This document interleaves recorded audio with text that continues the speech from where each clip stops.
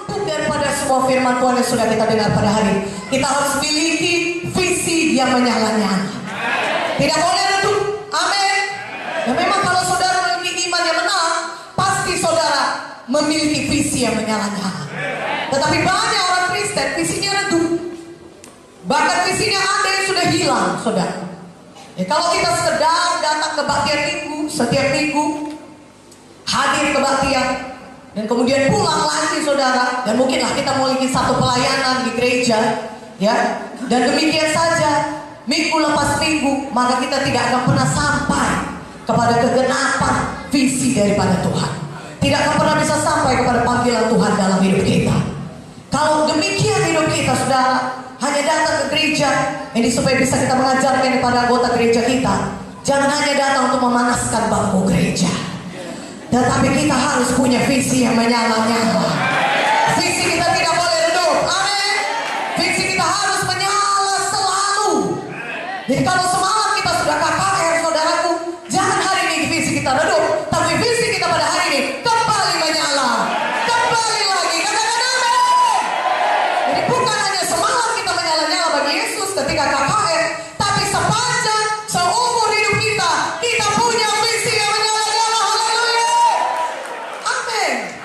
Saudara, kalau visi kita tidak menyala, saudara, maka kita tidak akan bisa sampai kepada panggilan Tuhan dalam hidup kita. Dan apakah visi daripada Tuhan itu? Itu adalah panggilan yang ditaruh Tuhan dalam hati kita. Ya, ketika kita lahir baru, itu panggilan Tuhan dalam hidup kita. Ya, Tuhan sudah berbicara kepada kita, Tuhan sudah menyampaikan visinya. Pertama kali Dia sampaikan ketika kita lahir baru. Katakan amin. Makanya banyak dari antara saudara mau jadi hamba Tuhan. Karena sebenarnya kalau saudara jujur, saudara mendengarkan panggilan Tuhan itu. Itu Tuhan yang menaruhkannya dalam hati saudara. Ya, seiring saudara lahir baru dan kemudian makin lama makin jelas ketika saudara diajari di training dasar, saudara diajari dasar-dasar kekristenan, dan kemudian saudara kebaktian terus, saudara mengalami zaman Roh Kudus, Tuhan mulai berbicara, menaruhkan visi daripada Tuhan dalam hati saudara. Katakan amin. Itu dimulainya ketika saudara lahir baru. Makanya ketika saudara kebaktian, saudara bisa merasakan, wah, aku nih nggak bisa tenang hatiku kalau aku tidak jadi hamba Tuhan, kalau tidak masuk institut Alkitab Rema. Katakan amin. Itu visi daripada Tuhan bagi saudara. Haleluya. Jadi kalau pada hari ini ada saudara yang hadir di tempat ini dan saudara juga merasakannya, saudara berkata, sepertinya aku dipanggil Tuhan untuk jadi hamba Tuhan. Mari serahkan diri saudara pada hari ini. Jadi hamba Tuhan seumur hidup saudara. Amin. Karena visi dari Tuhan adalah yang hidup yang terbaik bagi saudara. Bukan hanya untuk dunia ini, tetapi untuk dunia yang akan datang, yaitu kekekalan seperti kata Ibu Mute. Jadi itu hidup yang terbaik bagi kita sampai hidup yang kekal, saudara. Ini saudara berkata, ya hidupku sudah cukup baik, aku tidak kurang uang. Ya, aku punya pendidikan, aku punya karir seperti Ibu Mute, saudara. Ya, sebelum dia lahir baru dia sudah jadi dokter. Itu satu profesi yang banyak dikejar orang di dunia ini. Itu satu profesi yang sangat bagus sekali, saudara. Masa depan cerah. Ya, tapi tahukah saudara, ketika dia dengarkan panggilan Tuhan, maka visi daripada Tuhan, panggilan Tuhan, itu hidup yang terbaik bagi Ibu Mute. Berikan kemuliaan bagi nama Yesus. Haleluya. Itu hidup yang paling baik, visi yang diberikan Tuhan bagi kita.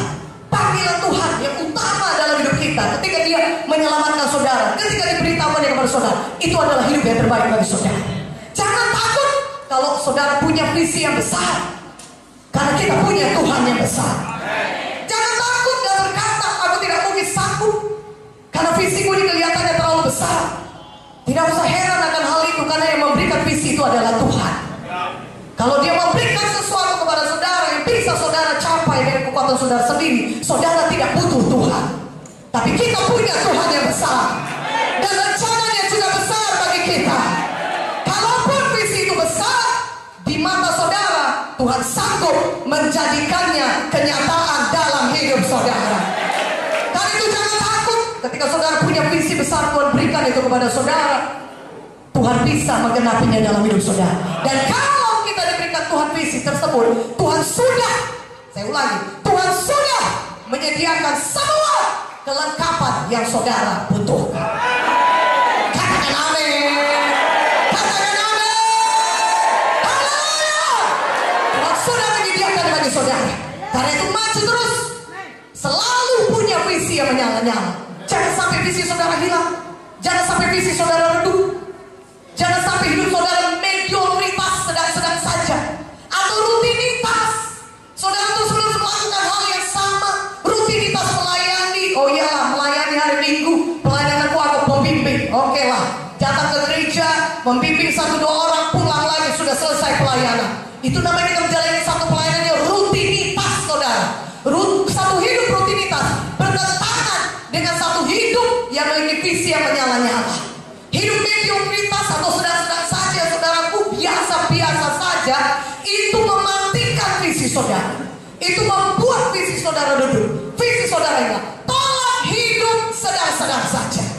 Tolak hidup rutinitas. Tapi selalu di dalam kehidupan saudara setiap hari menyala bagi Yesus. Mana adanya? Selalu menyala ada. Kalau semalam kita KKR menyala, hari ini kita lebih menyala. Mana menyala kuat amin. Haleluya. Selalu punya visi yang menyala. Jangan sampai redup visi kita. Amin.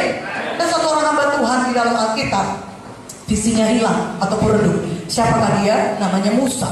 Sebelumnya saudaraku, ya, saya ceritakan mengenai Musa.